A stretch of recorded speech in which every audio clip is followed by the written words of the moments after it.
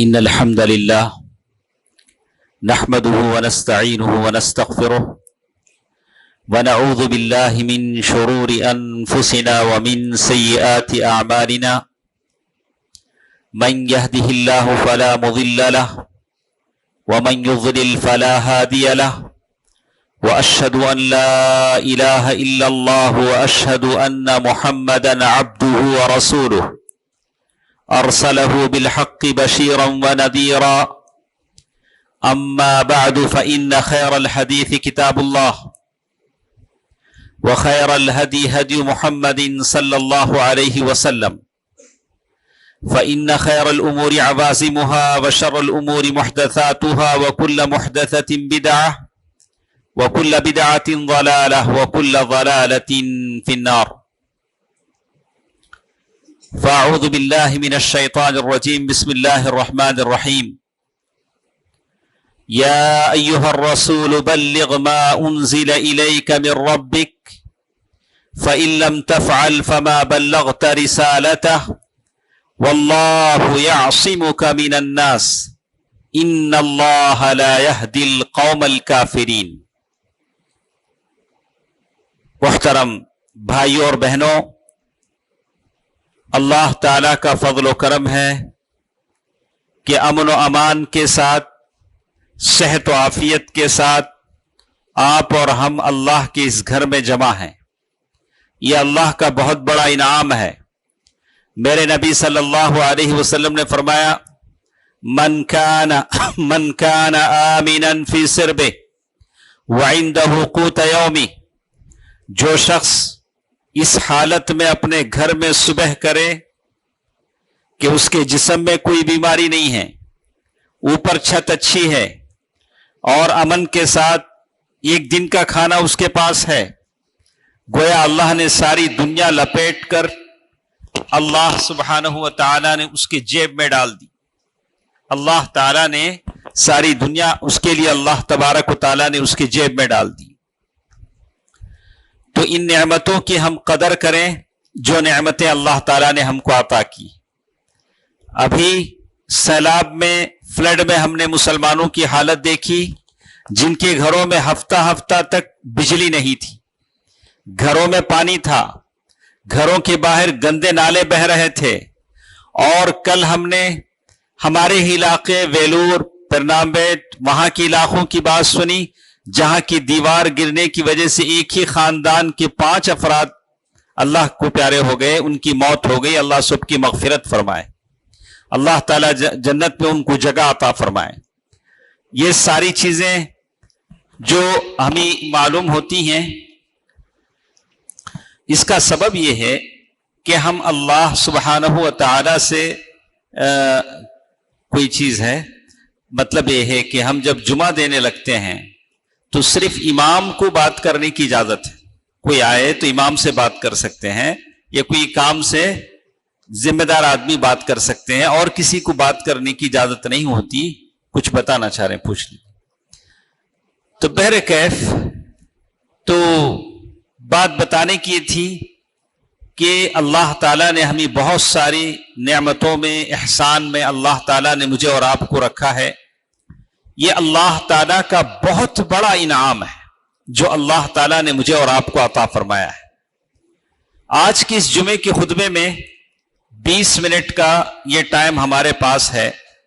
اس میں کچھ باتیں مجھے آپ کے سامنے کہنی ہیں سیرت کے تعلق سے، سیرت کے تعلق سے، اللہ کے نبی صلی اللہ علیہ وسلم کی زندگی کے تعلق سے، اس لیے کہ ہمارا کوئی بچہ اس کافر اور ملحد کی طرح نہ بن جائے جس کی زبان لمبی ہو چکی ہے۔ وسیم رضوی کی طرح کوئی مسلمان بچہ نہ بن جائے۔ ہم اس کے ویڈیوز دیکھتے ہیں، روتے ہیں، ہماری ایمانی غیرت جوش میں آتی ہے کہ کیسی کیسی باتیں میرے نبی کے تعلق سے کہہ رہا ہے۔ اللہ کے وہ نبی صلی اللہ علیہ وسلم جن کے حسن اخلاق کی گواہی قرآن دیتا ہے، کان خلقہ القرآن۔ ام المؤمنین عائشہ رضی اللہ تعالی عنہ فرماتی ہیں کہ آپ کے اخلاق قرآن جیسے ہوتے تھے۔ ویسی شخصیت کے تعلق سے ایک ملحد، کافر، فاسق، فاجر، بے ایمان ایسی باتیں کہتا ہے جس کو ایک مسلمان برداشت نہیں کر سکتا، لیکن چونکہ ہم اس ملک میں ہیں پھر بھی ہم کو کڑوی گولی نگلنی پڑتی ہے، اس کو اللہ کے حوالے کر دیتے ہیں۔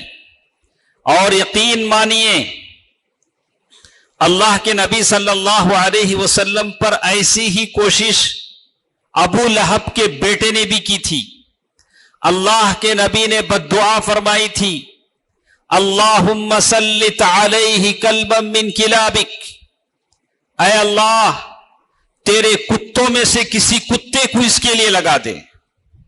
اللہ کے نبی کی زبان سے بد دعا نکلی ابو لہب کے بیٹے کے لیے۔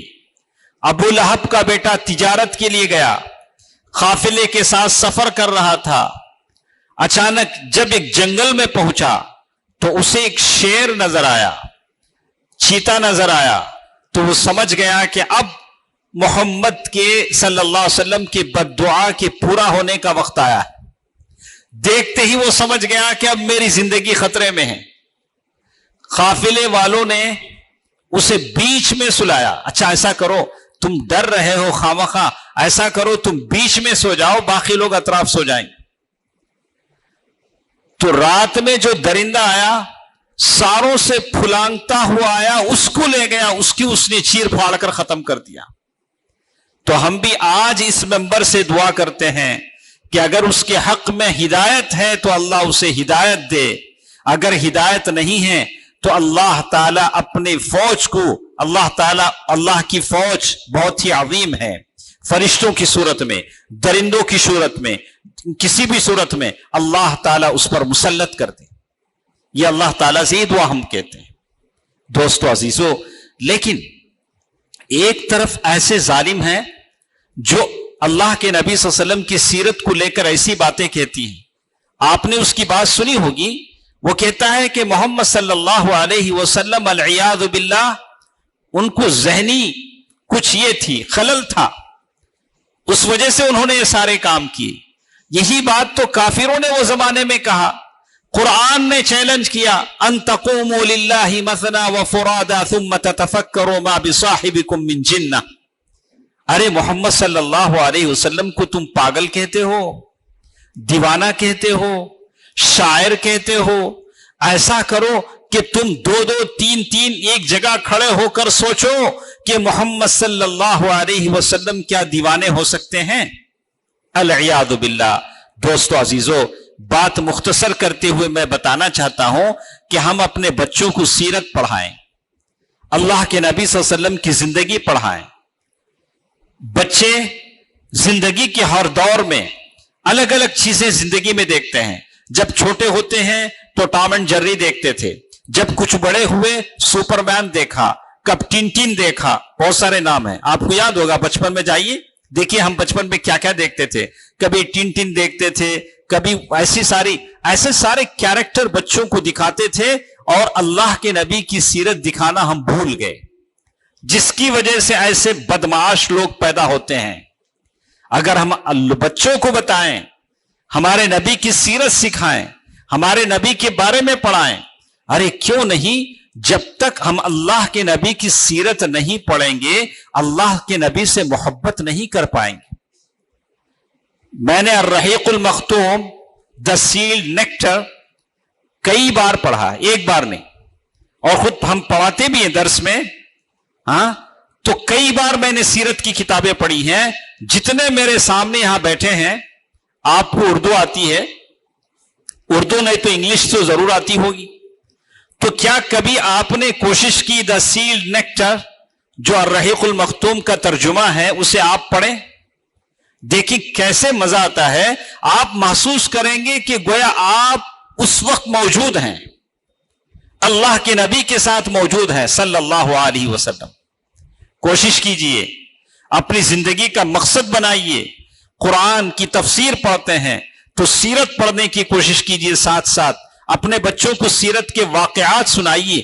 دیکھیے اللہ کے نبی صلی اللہ علیہ وسلم کے دشمن، اللہ کے نبی صلی اللہ علیہ وسلم کے خون کے پیاسے ننگی تلواروں کے ساتھ نکلتے ہیں، لیکن